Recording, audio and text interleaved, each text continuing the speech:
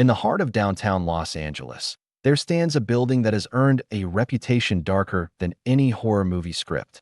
A building that tourists pass every day without knowing the secrets that lie behind its walls.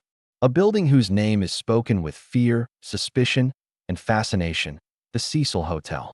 For decades, the Cecil has been associated with tragedy, death, and the kind of stories that make the hair on the back of your neck stand on end.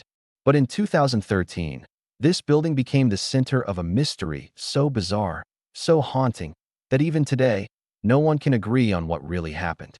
This is the story of Elisa Lam, a 21-year-old college student whose disappearance and death inside the Cecil Hotel has become one of the internet's most infamous mysteries.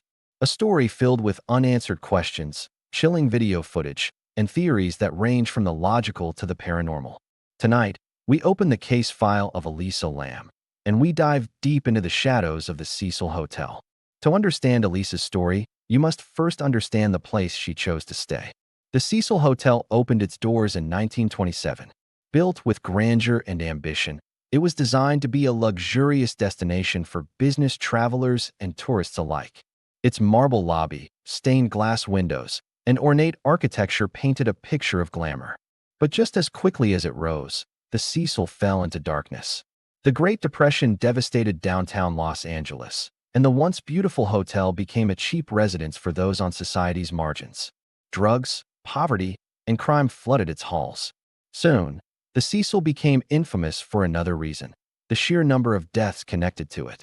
Over the years, it was nicknamed the Suicide Hotel. At least 16 recorded suicides occurred there, and countless other violent incidents. Some of the most chilling include serial killers Richard Ramirez, the Night Stalker, and Jack Unterweger, who both stayed there during their killing sprees. By the 2000s, the hotel was partially converted into low-income housing, while the other half remained a budget hotel for travelers. Its reputation, however, was inescapable, and it was in this setting, with its dark history, that Elisa Lam arrived in 2013. Elisa Lam was a 21-year-old student from Vancouver, Canada. She was the daughter of immigrants from Hong Kong, bright, ambitious, and curious about the world. Elisa had dreams of seeing the world, of traveling beyond her home city, and of documenting her journey along the way. She was active online, posting on Tumblr under the username Nouvelle Nouveau, where she shared her thoughts about life, mental health struggles, and her experiences as a young adult.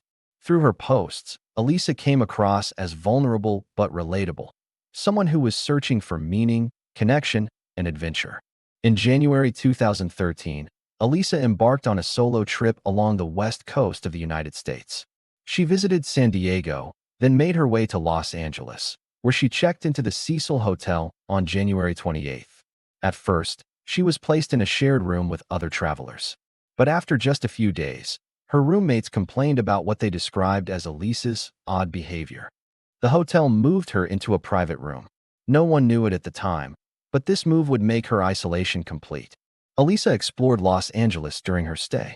On January 31st, she visited a local bookstore, where the owner remembered her vividly. She was cheerful, outgoing, and even spoke about buying gifts for her family back home. Nothing about Elisa seemed alarming. But later that day, she stopped contacting her parents. Elisa had promised to call her family daily while traveling. When the calls stopped, her parents grew worried. On February 1st, the Los Angeles Police Department was notified of her disappearance. Flyers with Elisa's photo were distributed, and the search began. Police combed the area, interviewed hotel staff, and checked her room. But there was no sign of Elisa.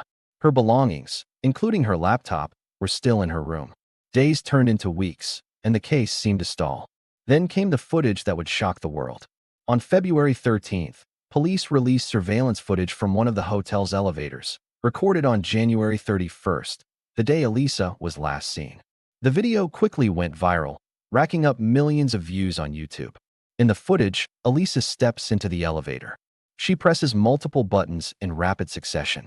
But instead of the doors closing, they remain open. Elisa peeks her head out, looks both ways down the hallway, then quickly ducks back inside as if hiding from someone. Her behavior grows stranger. She steps in and out of the elevator, waving her arms, pressing herself against the wall, and making odd hand gestures as if communicating with someone, or something unseen. At one point, she appears to step outside and talk to someone, though no one else is visible. After several minutes, Elisa exits the elevator for the last time. The doors open and close repeatedly before the video ends.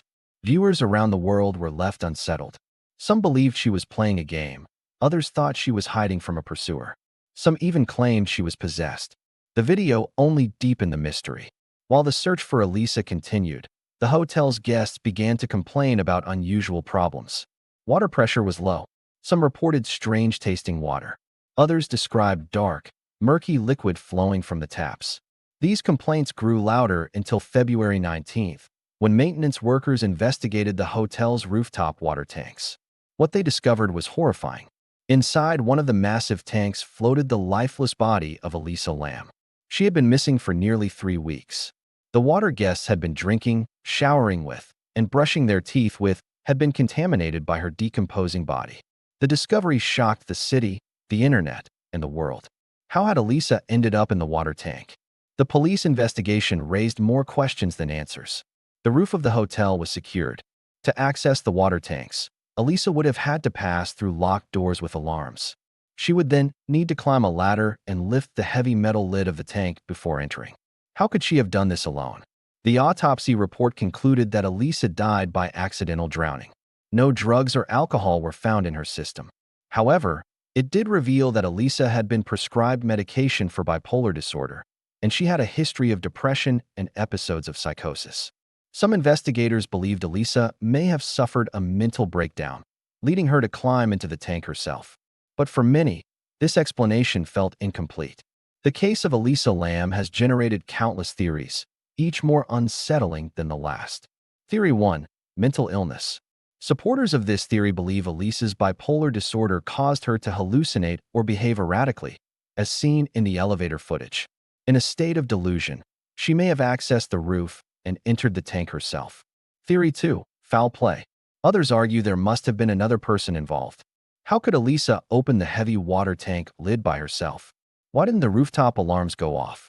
Some suggest hotel staff or a stranger played a role in her death. Theory 3. The paranormal. Given the Cecil Hotel's dark history, some point to supernatural forces. Was Elisa attacked by something unseen? Was she influenced by the curse of the hotel? Theory 4. The conspiracy. Online sleuths noted eerie coincidences. For example, there was an outbreak of tuberculosis in the area around the same time, and the test used was named L.A.M. Elisa.